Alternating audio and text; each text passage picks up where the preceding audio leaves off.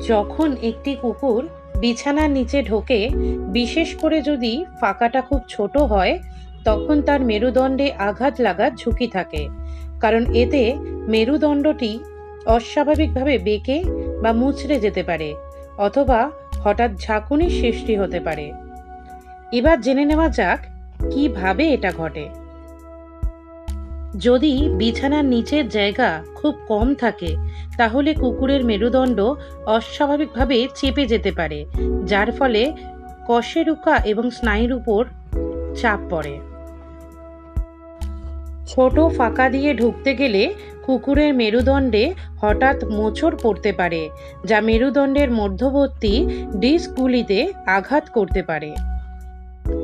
ঢোকার সময় বা বের হওয়ার সময় বিছানার কাঠামোর সাথে পিঠে ধাক্কা লাগলে আঘাত, চোট বা হাড় ভেঙে যেতে পারে।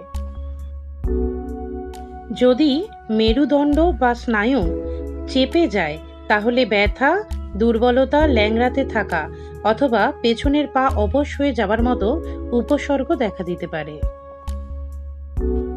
ছোট জাতের কুকুরদের মধ্যে এই ধরনের আঘাতের ঝুঁকি সব থেকে বেশি থাকে, কারণ এদের শরীরের গঠন এমন হয় যাতে মেরুদণ্ড লম্বা হয় এবং তাদের ইন্টারভার্টিব্রাল ডিস্ক ডিজিজ হওয়ার প্রবণতা বেশি থাকে।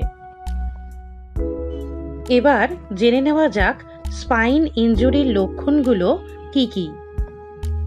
চলাফেরায় অনীহা, ছোঁয়ার সময় ব্যথা অনুভব করা, পা টেনে হাঁটা বা ল্যাংড়ানো, প্রস্রাব বা পায়খানার নিয়ন্ত্রণ হারানো, দুর্বলতা বা প্যারালাইসিস। যদি বিছানার নিচে ঢোকার পরে এই ধরনের উপসর্গ দেখা দেয়, তাহলে তৎক্ষণাৎ পশু চিকিৎসকের কাছে নিয়ে যাওয়া দরকার। যত তাড়াতাড়ি চিকিৎসা শুরু হবে, ততই সুস্থ হওয়ার সম্ভাবনা বাড়বে। এক্ষেত্রে অস্ত্রোপচারের মাধ্যমে চিকিৎসা কিন্তু হতে পারে। এবার জেনে নেওয়া যাক স্পাইন ইনজুরির সময় পোষ্যকে কিভাবে সাবধানে রাখবেন। পোষ্যকে নড়াচড়া করতে দেবেন না। যতটা সম্ভব পোষ্যকে শান্ত রাখুন। নড়াচড়া করলে ইনজুরি আরও বাড়তে পারে। যদি হাসপাতালে নিয়ে যেতে হয়, তাহলে পোষ্যকে সোজা রেখে শক্ত কিছু, যেমন কাঠের বোর্ড, বড় ট্রে বা শক্ত ফোমের উপর তুলুন। পিঠ বাঁকানো যাবে না। তুলতে হলে দুইজন লোক মিলে তুলুন। একজন মাথা ও সামনের দিক ধরবে, আর একজন পশ্চাৎ অংশ ধরবে, যেন মেরুদণ্ড সোজা থাকে। দরকার পড়লে নরমভাবে তোয়ালে বা কাপড় পিঠের নিচে মুড়িয়ে দিন, যাতে অতিরিক্ত নড়াচড়া না হয়।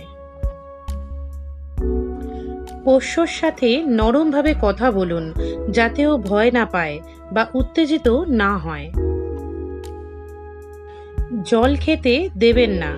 অনেক সময় অপারেশনের আগে খালি পেটে থাকতে হয়, তাই হাসপাতালে না পৌঁছানো পর্যন্ত জল বা খাবার না দেওয়াই ভালো। স্পাইন ইনজুরি সময় নির্ভর হয়। যত তাড়াতাড়ি চিকিৎসা শুরু হবে, তত ভালো ফল পাওয়া যায়।